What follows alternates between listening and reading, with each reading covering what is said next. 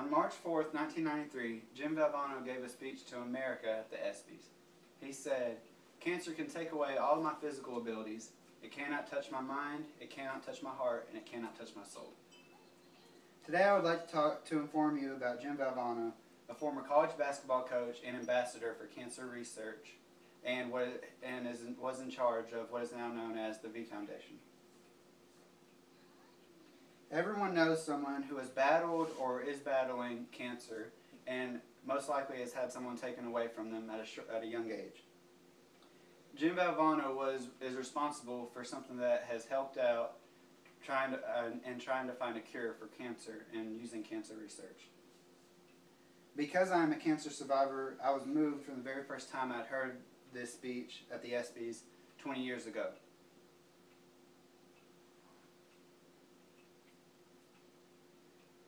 I have researched more than just this inspirational speech and found different things about Jim Valvano's life that is very interesting and inspirational in his life itself.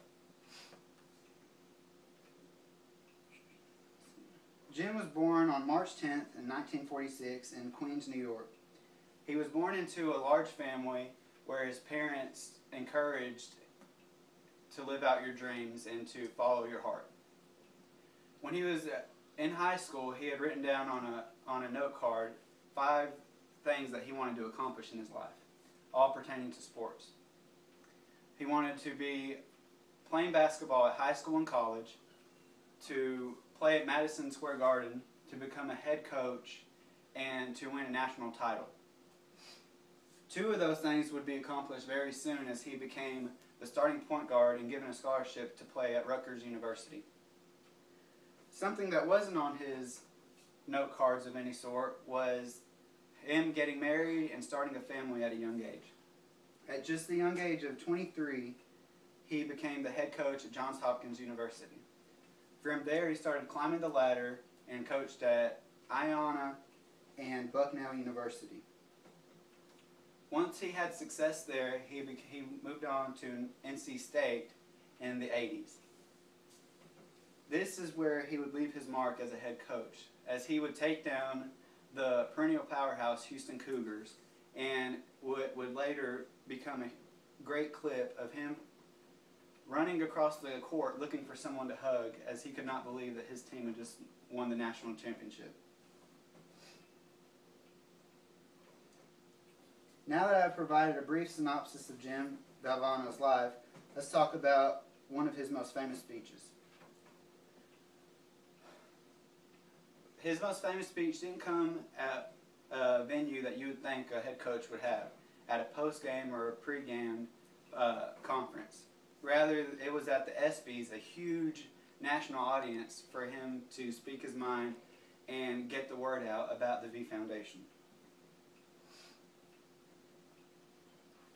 Even while he was on his deathbed, practically, as he was throwing up and everything, he was still witty, and you could see his charm as he would joke about his first speech given, and it kind of helped everything come full circle, as he had helped those 20-year-old athletes, and now they would kind of come to help him, as he knew that he couldn't fight his battle against cancer much longer.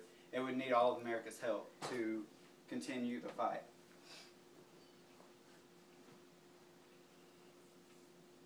Yes, the speech was only 11 minutes long, but its impact had more on America than I think even Jim would have thought could happen. With his help and a couple close friends of his, he has started the V Foundation, and it has raised over $100 million for cancer research.